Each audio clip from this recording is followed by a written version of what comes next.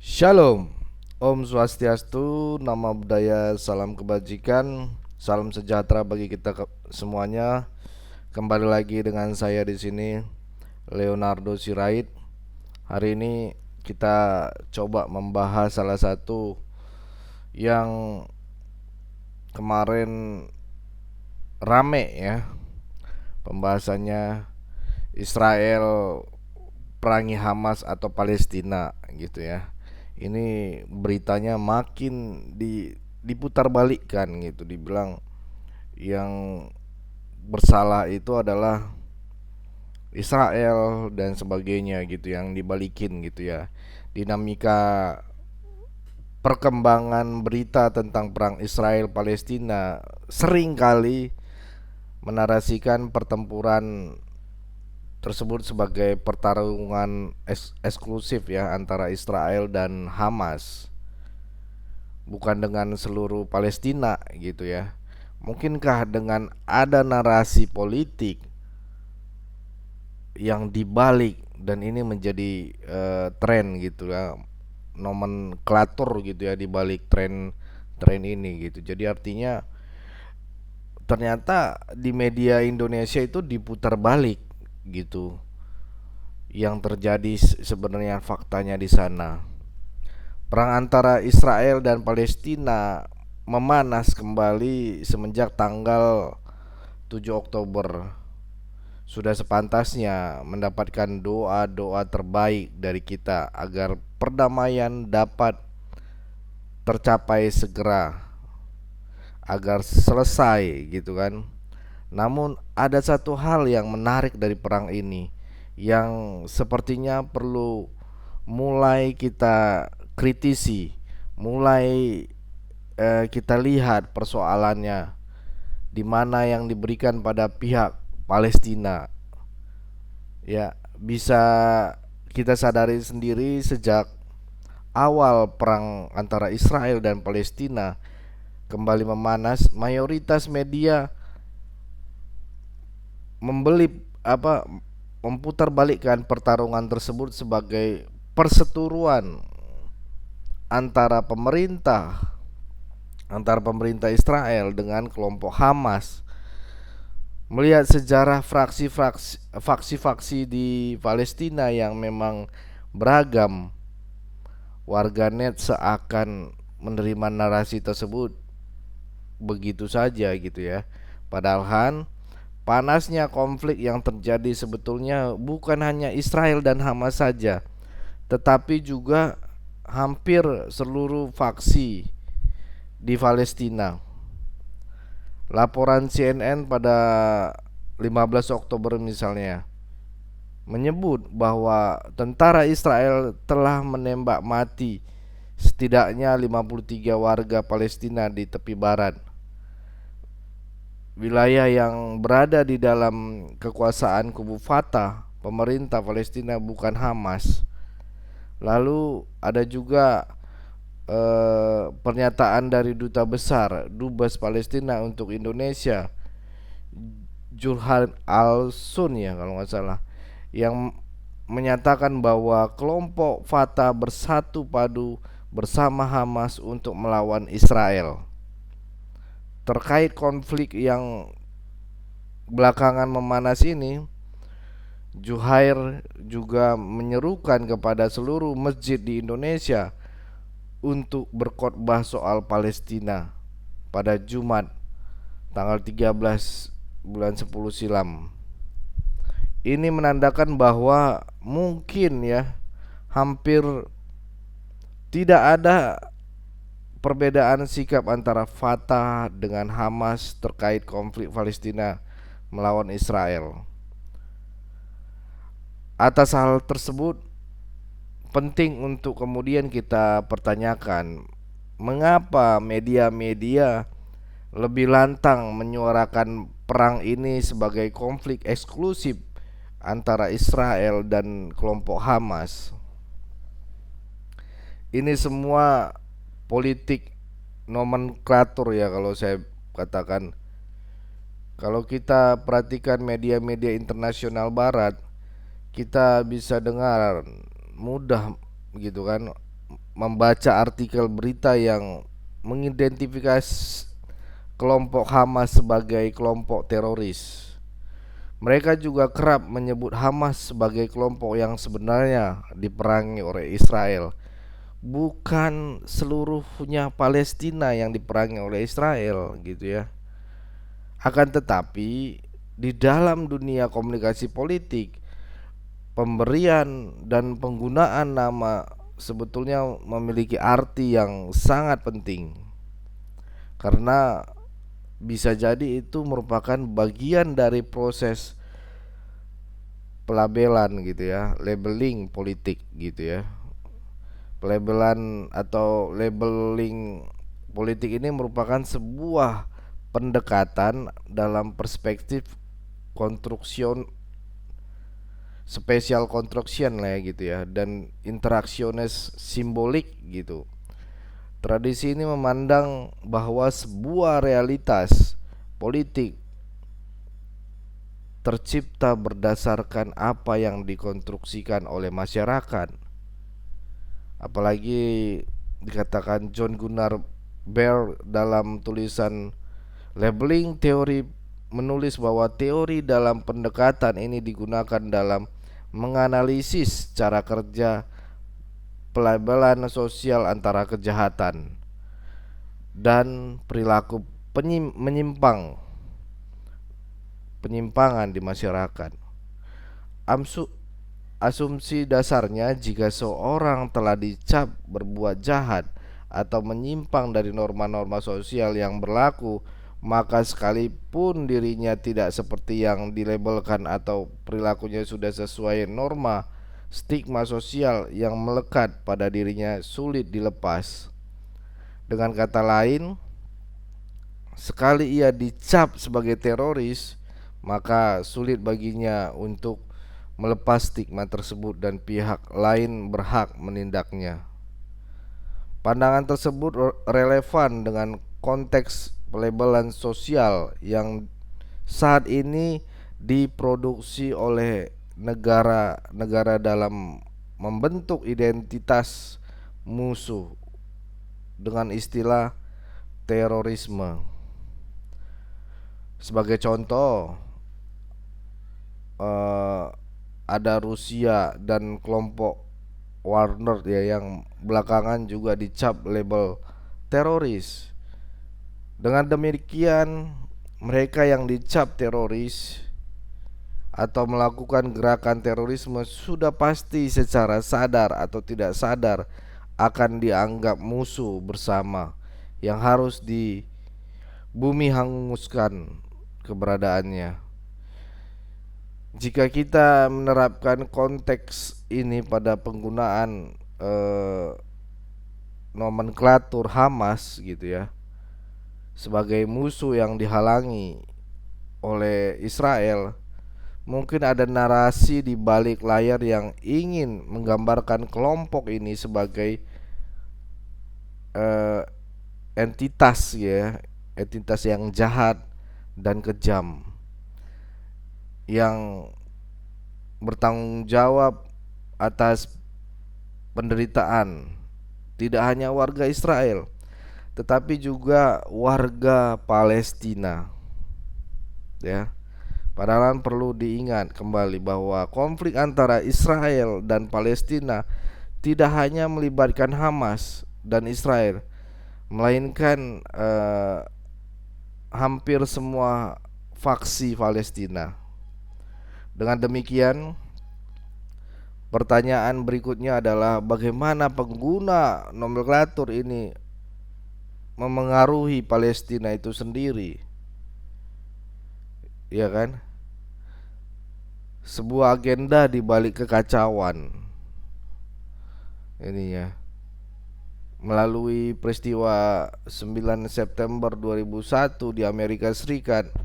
Kita telah belajar bagaimana seluruh negara di dunia bisa didorong untuk berperang melawan kelompok yang sebelumnya belum pernah benar-benar mereka pahami, yakni teroris. Padahal istilah teroris adalah istilah yang definisinya sampai saat ini masih jadi perdebatan Dalam konteks ini seperti Hamas sebagai teroris ya, sebetulnya dapat menciptakan narasi kompleks dan merugikan bagi Palestina secara keseluruhan.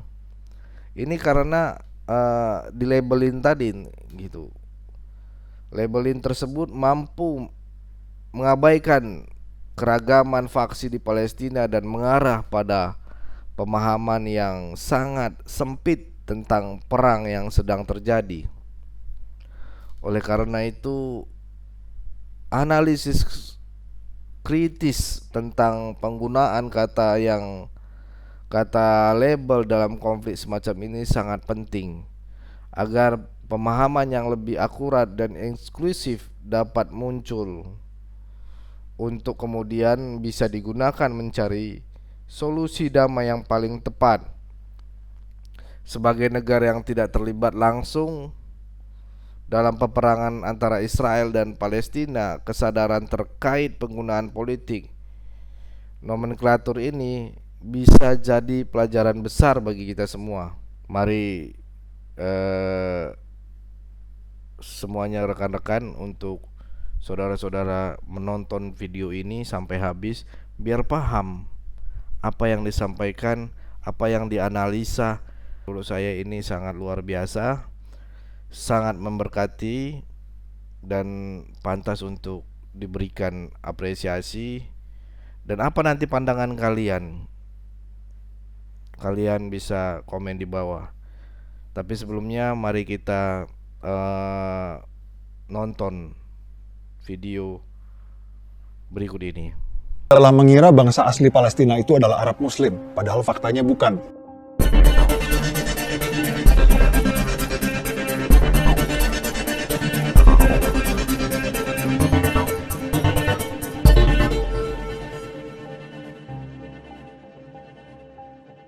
Palestina berasal dari kata Filistin, dan berdasarkan keterangan yang saya dapat di Museum Filistin di sini, bangsa Palestina berasal dari Pulau Kreta di Kepulauan Yunani.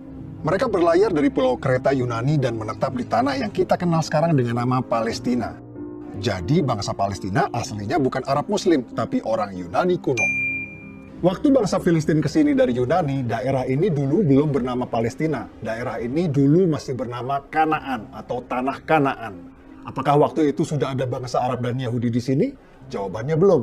Bani Israel atau bangsa Yahudi baru datang ke tanah Palestina setelah Nabi Musa meminta kepada Fir'aun Raja Mesir untuk membebaskan mereka dari perbudakan. Setelah terbebas dari Fir'aun, Nabi Musa membawa Bani Israel atau bangsa Yahudi ke tanah yang dijanjikan. Itulah tanah yang kita kenal sekarang dengan nama Palestina.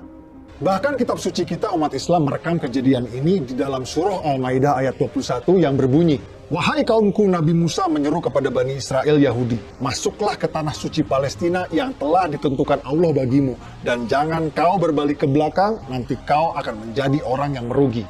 Setelah terbebas dari Firaun, Bani Israel Yahudi hidup di tanah Palestina ini turun-temurun selama ribuan tahun, mendirikan kerajaan Israel yang raja-rajanya tidak asing bagi kita. Salah satunya Raja David, atau yang kita umat Islam kenal dengan nama Nabi Daud. Siapa yang tidak tahu cerita Nabi Daud? Ia mengalahkan raksasa bangsa Filistin bernama Goliat hanya dengan sebuah batu. Lalu ada Raja Solomon, anak kandung dari Nabi Daud, atau yang kita umat Islam kenal dengan nama Nabi Sulaiman. Nabi Sulaiman adalah Raja Yahudi yang membangun kuil suci untuk tempat ibadah agama Yahudi yang dikenal dengan nama Kuil Solomon. Kuil Nabi Sulaiman bertahan 400 tahun sampai ia dihancurkan oleh pasukan Babylon yang dipimpin oleh Raja Nebukadnezar. Kuil tersebut baru dipugar lagi oleh Raja Yahudi bernama Herod, yang nantinya akan dihancurkan lagi oleh pasukan Romawi. Yang di belakang saya itu adalah tembok ratapan, tempat paling suci bagi agama Yahudi seperti Ka'bah buat umat Islam. Tembok ratapan ini dulunya adalah bagian dinding dari kuil suci agama Yahudi yang dibangun oleh Nabi Sulaiman. Kuil bertahan 600 tahun sampai ia dihancurkan oleh bangsa Romawi pada tahun 70 Masehi. Lalu karena benci pada bangsa Yahudi, Kaisar Romawi Hadrian merubah nama Israel menjadi Palestina. Nama yang bertahan sampai hari ini. Jadi Kaisar Romawi Hadrianlah yang memberi nama Palestina pada daerah ini. Aslinya daerah ini bernama Tanah Kanaan.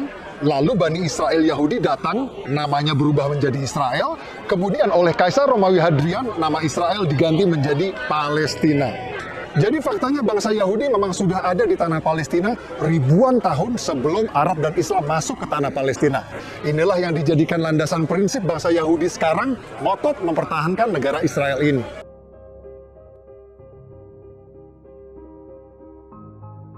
Lalu kapan Arab dan Islam masuk ke tanah Palestina? Arab dan Islam masuk ke Palestina saat Khalifah Umar menaklukkan Yerusalem Al-Quds pada tahun 638 Masehi. Tempat ini bernama Umar bin Khattab Square atau alun-alun Umar bin Khattab. Dinamakan untuk mengenang sang Khalifah Umar yang menaklukkan Yerusalem Al-Quds pada tahun 638 Masehi. Oh, sudah waktunya sholat. Yuk kita ke Aqsa.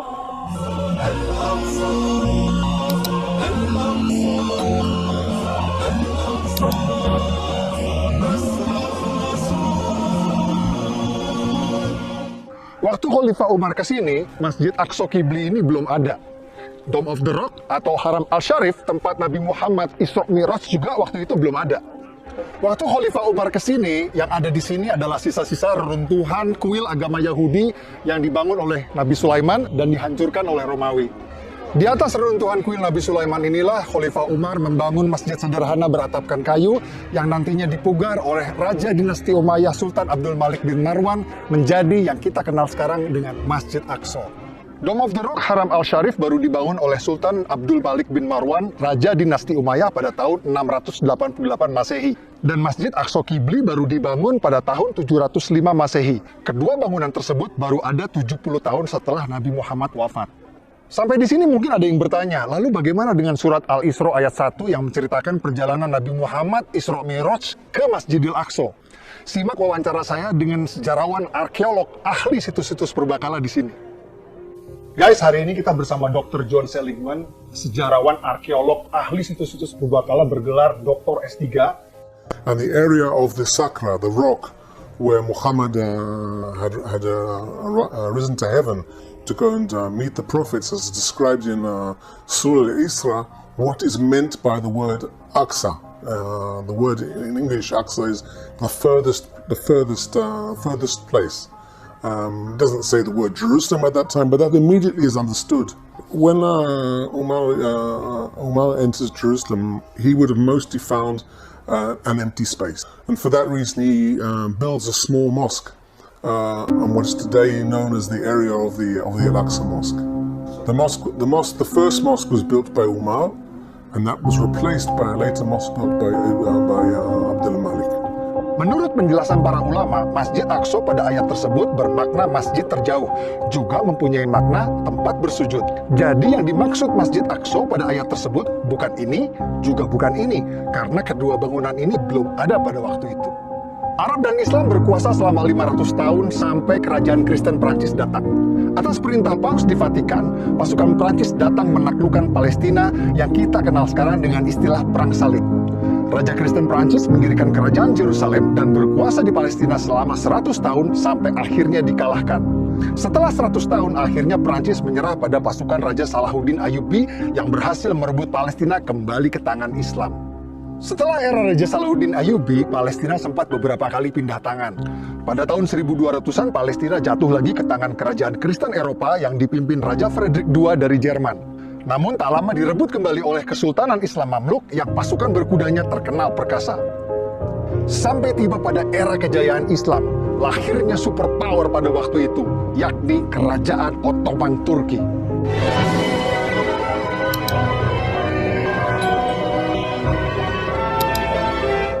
Ottoman Turki menguasai Palestina selama 400 tahun. Namun Ottoman Turki tidak punya visi seperti kerajaan Kristen Eropa untuk membangun Palestina. Ambisi Sultan Ottoman justru memperluas kekuasaannya ke Eropa. Ottoman fokus menaklukkan kerajaan-kerajaan Eropa dan Palestina menjadi sebuah provinsi yang terlupakan. Setelah 400 tahun terlupakan, Palestina lagi-lagi akan menjadi ajang perebutan yang akan berlangsung sampai hari ini. Semua berawal saat Perang Dunia Pertama terjadi.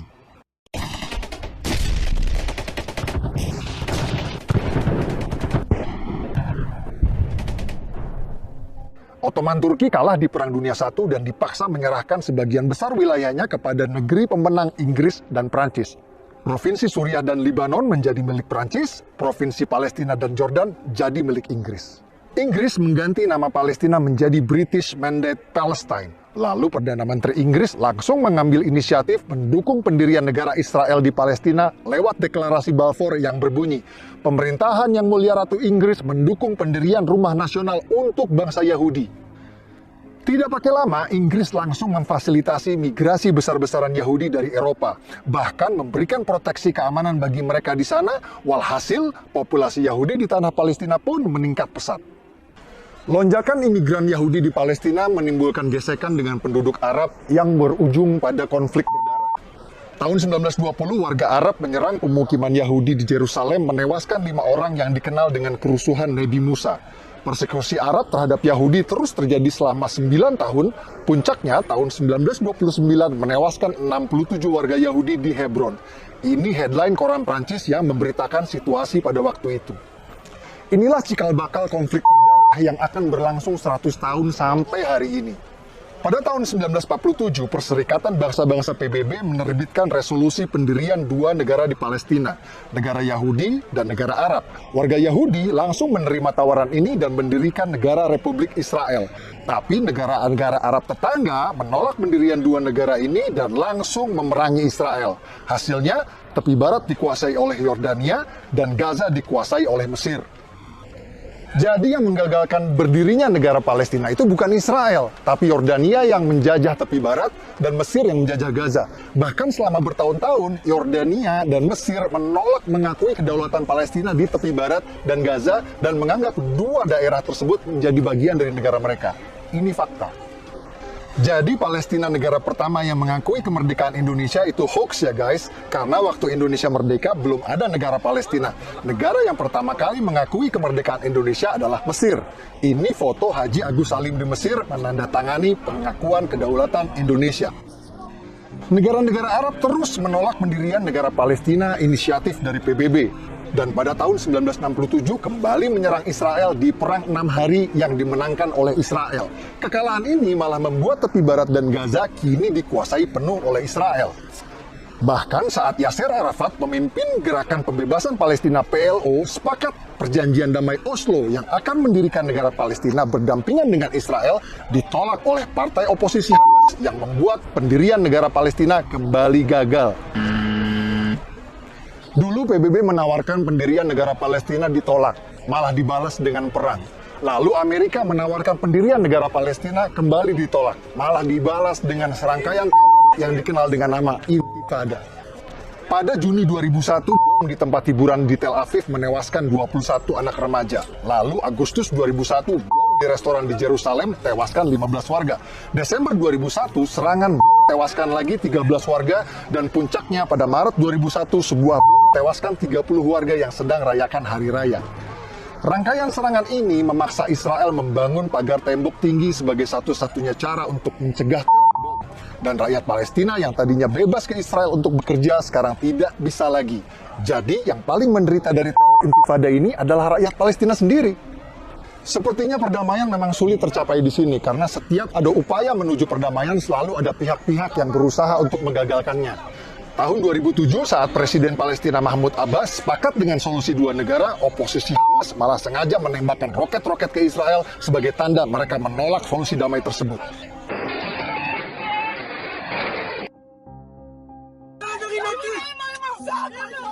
Yang banyak orang Indonesia tidak tahu, oposisi Hamas di sini itu seperti OPM di Indonesia. Mereka tidak mau mengakui pemerintahan sah Palestina dan ingin mendirikan negara sendiri di Gaza. Serangan-serangan roket Hamas ke Israel menyebabkan Gaza diblokade dan rakyat Gaza menderita. Simak apa kata warga Gaza soal Hamas.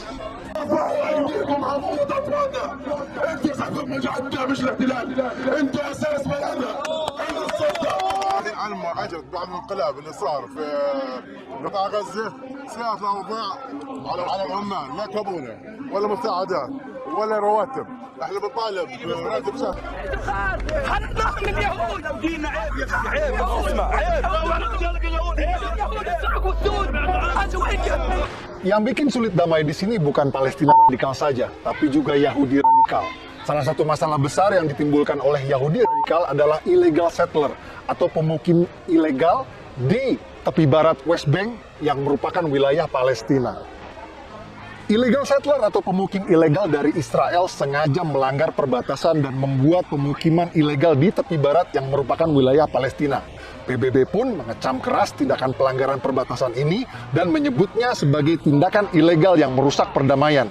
Pemerintah Israel berulang kali mengerahkan militer Israel IDF untuk menggusur para pemukim ilegal ini dari tanah Palestina. Namun mereka tetap kembali dan kembali lagi melanggar perbatasan, membuat perdamaian sulit tercapai. Fakta-fakta yang saya sajikan di video ini adalah hasil investigasi langsung di TKP. Banyak narasumber yang tidak mau tampil dalam video karena alasan keamanan. Saya berharap video ini bisa memberikan penjelasan, membantu menjelaskan bahwa apa yang terjadi di sini bukan seperti yang kita dengar selama ini. Yang katanya Yahudi menindas umat Islam Palestina lah. Gimana bisa menindas umat Islam sedangkan di militer Israel IDF aja ada 4.000 tentara Arab Muslim. Ini tentara Israel namanya Muhammad, difoto sehabis kaji Al-Quran. Ini juga tentara Israel namanya Yahya Muhammad. Dia seorang Muslim dan bangga menjadi tentara Israel. Dan ini namanya Muhammad Kabia yang berhasil saya wawancara. Simak petikan wawancaranya. Seorang Arab Muslim yang menjadi tentara militer Israel. Assalamualaikum. Waalaikumsalam. Muhammad Kabia. Are you Muslim? Alhamdulillah. And you're Arab too. Yeah. Yes. Okay, this is very strange. I really would like you to explain to the Indonesian viewers why are you, as an Arab and a Muslim, join the Israeli army, the IDF? Isn't that like you're, battling against your Muslim brothers? No, I'm battling and fighting against the terror and to no have brothers. And I'm Israeli. And it's not a religion war. It's a war between a country want to be and between two organizations that using the Islam name for their agenda. Fakta-fakta seperti ini tidak pernah diberitakan di tanah air karena fakta tidak laku dijual. Yang laku dijual adalah berita sensasional meskipun sering bertolak belakang dengan fakta di lapangan. Peduli Palestina dalam masalah kemanusiaan. Betul, saya setuju. Tapi jika Anda peduli tanpa tahu fakta, hanya akan membuat Anda mudah dibodohi oleh penipu maling donasi seperti ACT yang sering memutarbalikan fakta agar uang keluar dari dompet Anda.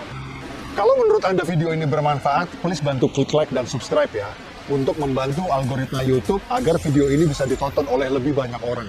Lebih bagus lagi, share link video ini di grup WhatsApp Anda. Dengan saya Permadi, dari kota Purbakala Jerusalem Al-Quds. Assalamualaikum warahmatullahi wabarakatuh. By the way, kalau ada yang tanya apa kapasitas saya membahas sejarah, saya adalah seorang pemerhati sejarah yang sering diundang TV nasional.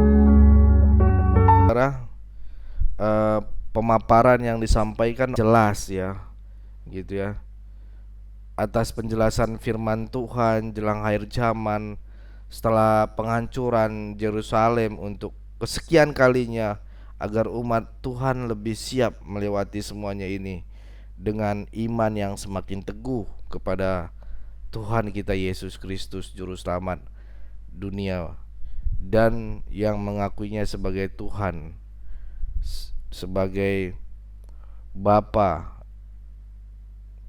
Yahweh dan Juru Selamat. Ya, saya membagikan ini sangat-sangat luar biasa pandangan. Ini puji Tuhan, pandangan ini Alkitab dan kita tidak pernah salah gitu ya. Semoga negara yang kena konflik diberikan perdamaian secepatnya gitu ya. Semakin ya udahlah gitu. Kita ini mungkin itu dari video ini. berharap ini cepat selesai dan histori Alkitab sungguh akan memberikan kekuatan bagi setiap yang percaya kepada Yesus Kristus Juru Selamat. Mungkin itu penyampaian dari saya. Jangan lupa komen di kolom komentar atas apa pandangan kalian dan masukan kalian tentang Israel vs Hamas. Apa kata Alkitab? Itu dari saya. Terima kasih. God bless.